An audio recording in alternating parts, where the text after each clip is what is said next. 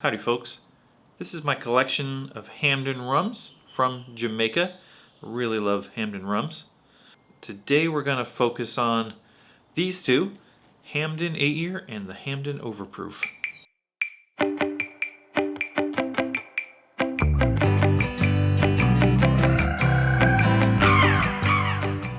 Now I said the last time I did a rum review that I wasn't going to buy any more high proof rums. I probably won't buy any more super expensive rum bottles. I know, okay, I know. But I couldn't resist. These Hampdens recently showed up in state, and I've never seen this overproof before, so I had to try it. Now there's been also some special release Hampdens coming out, like the Great House 2020, apparently an annual release that they're gonna do, or have been doing, I'm not 100% sure. I could not get my hands on a bottle of that. A few bottles came into the state, but I didn't act quickly enough and I couldn't get a bottle. But maybe next year I'll be more vigilant. They've also had some special bottles related to native birds to Jamaica or something. There's just no chance of getting any of those. But I'm very happy to try these Hampdens. I decided I would compare the 80 proof. Is it 80 proof? No, it's 92 proof. It's 92 proof, 46%. I thought I would just compare that to this, which is 60%. I mean, 60% is pretty high. I have been having a little trouble tolerating the higher proof rums lately, but let's give them a try, shall we? Just gonna pour these out. Not too much.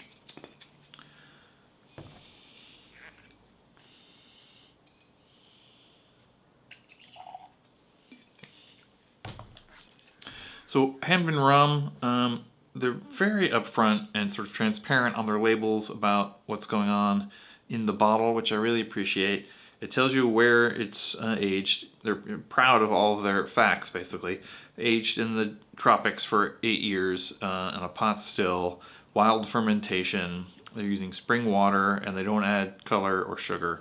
That's something we've talked about before, how it would be nice if all the spirits would just say what's in there. I mean, not like your secret herb blend or whatever, but like say where it's made. You know, why is that a secret? You know, give us some information. People who are trying to compare products might want to know. You know, this one's has sugar in it, and maybe some people don't want added sugar. Added sugar in rum is fine with me. A lot of really good rum has sugar in it, but some people.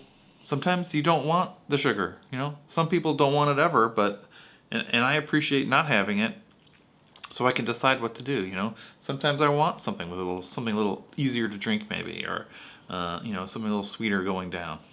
Anyway, that's my opinion. Now, if you're not familiar with Jamaican rums, they'll have a higher ester content typically. There's a range of ester levels that they can have, and when we say esters, it's that sort of funky, rotten banana-y kind of flavor that you'll get from certain rums, and that's something that Jamaica is famous for. So I've been enjoying a lot of Hampden lately. It's got a certain something that identifies it as Hampden, I feel like, and it's like I'm a little bit congested. This maybe was the wrong day for this, but it's got a certain, well, it's like an alcoholic burn, but kind of like an acetone overtone to like a biscuit. It was like if you had a biscuity alcohol. It's almost got like a, not medicinal exactly, but like a licoricey kind of aroma to it. But usually I think of it as like a butterscotchy kind of a flavor, but with these very aromatic elements to it. Man.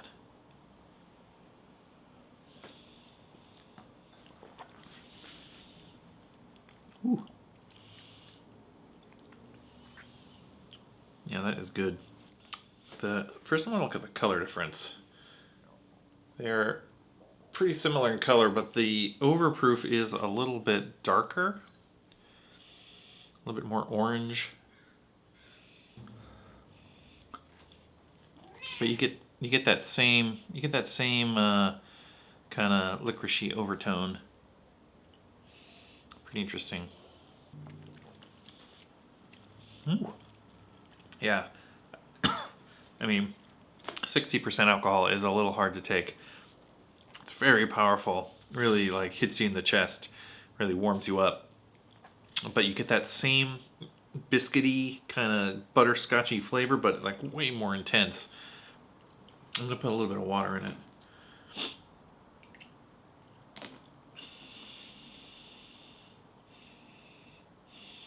Whoa.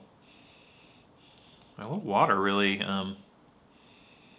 brings out some extra aromas.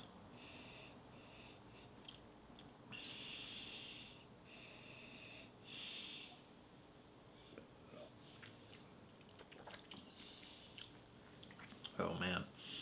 Yeah. Sort of toffee, butterscotchy, but it's not sweet. It's so dry. Oh. And it really, I don't know, it really gets you right there, if you know what I mean.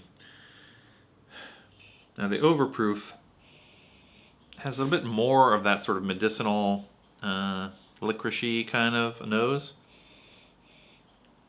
I mean, the 8-year or the Overproof is a lot like the 8-year, just like more intense, more of that Hampden-y quality, if that makes sense.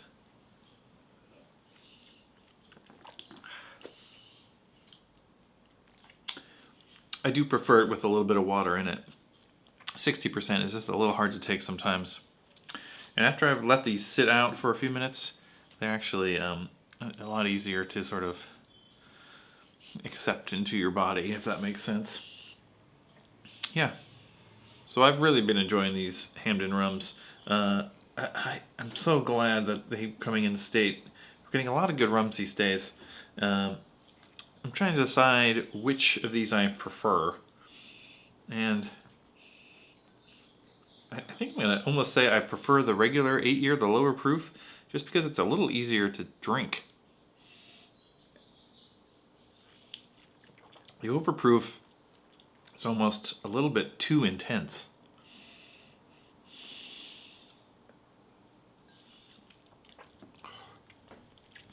Yeah. The Overproof is a little bit too intense, but I do love adding it to a cocktail just to crank up the flavors a little bit. So yeah, I think the lower proof Hampden 8-year I think is my preferred one, although I could not resist buying the Overproof, and I'm glad I did. It's really interesting to compare two things side by side that are from the same place, aged for the same amount of time, have the same label basically. Thanks for watching. If there's anything you think I should try, let me know in the comments. I really enjoy sipping rum, especially in the summertime. Like and subscribe, and we'll see you next time.